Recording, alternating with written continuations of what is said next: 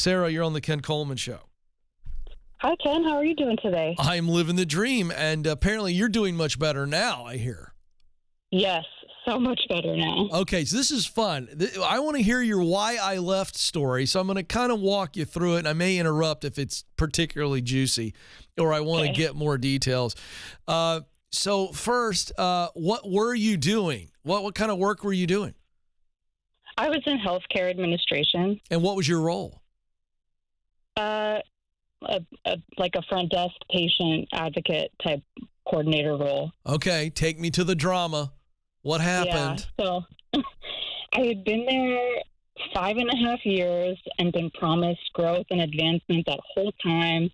Kept saying, like, we have this role in mind for you, but it's not vacant yet, and we see you going here. And, I fed into all the promises.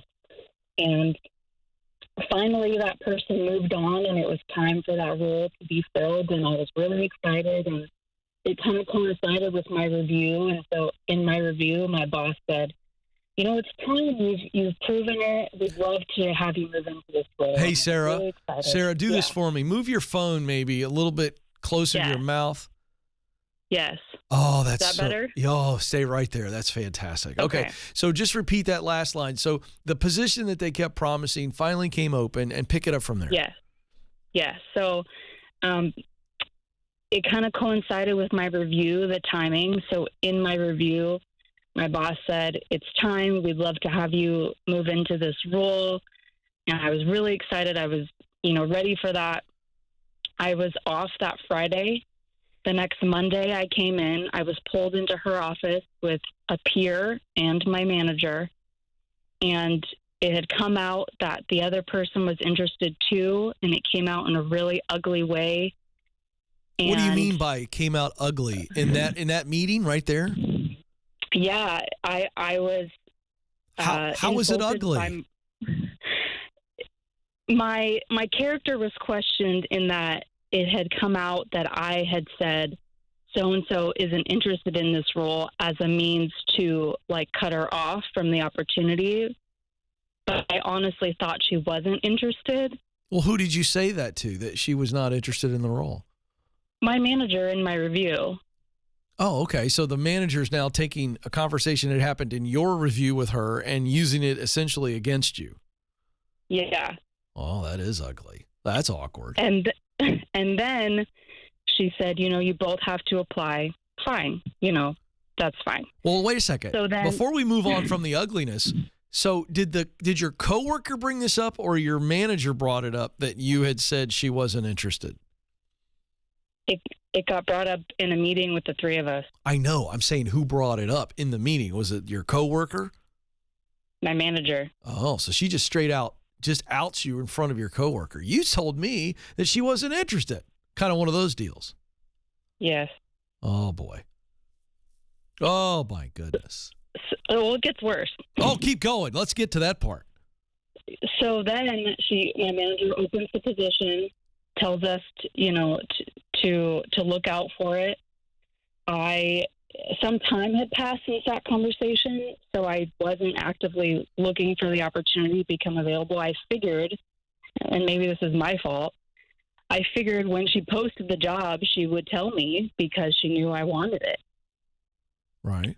And my other coworker applied. I didn't.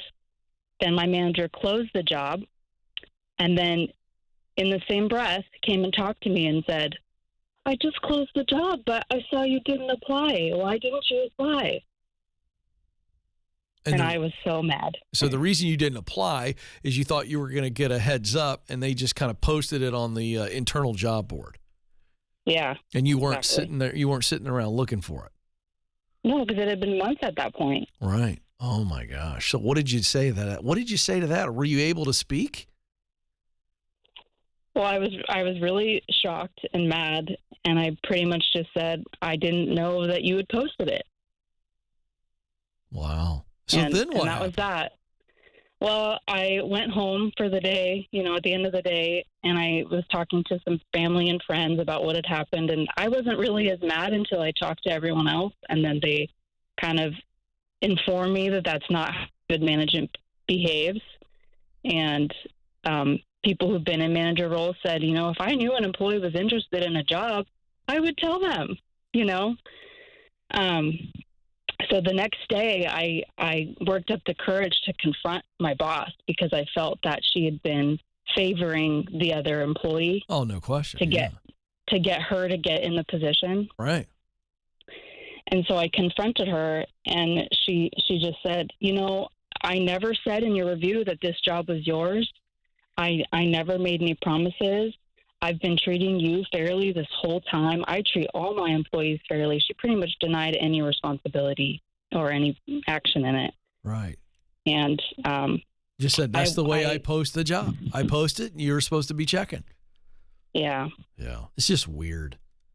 I think the whole thing got weird. The thing that went off the rails is where she calls you in and just puts you in a really awkward position with your coworker. It's extremely passive aggressive. Oh, it's your friend on top of it. Are you all still friends? No. Oh boy. So you lost a friend over it. Yeah, I did. Oh my gosh. So that conversation happens, and she doesn't take any responsibility for it, kind of kicks the can back your way. And what did you do then? I asked if I could go on leave. And so I went on leave. Paid leave? Yeah, paid leave. And she granted that? Yeah. Ah. All right. So then what happened? So, a couple months before this happened, I had, seen that my advancement was ending here and I needed a new opportunity. And so I was interested in transitioning into the field of HR. Uh-huh. So I had a connection had connected me with a gal who started her own HR consulting business, and she offered to take me on in a remote position as a part-time employee to teach me, and so I could learn the field. And so I had that going as part-time in the background. Good. So, being able to, after I went on leave, I quit, but having that other position going kind of gave me something else to be doing in the meantime. Right. And that position turned into what I'm doing now. I'm a recruiter in HR. I was working for the company I work for now as an outside contractor. Yeah. And they loved me so much. They had an opening and they offered me a job. I didn't even interview. Isn't that incredible? So now you've got, you basically have a company with a leader who just dangled a carrot in front of you for 5.5 years.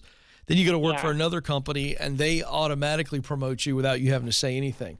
And Sarah, I'm so glad you shared that. And this is why we talk about working in a healthy culture that is defined by 2 factors. Number one, they develop people. There is a clear practice and intentionality to train and develop the people that they have. Number 2, any company that is intentional to develop people, they will automatically do number 2, which is promote people.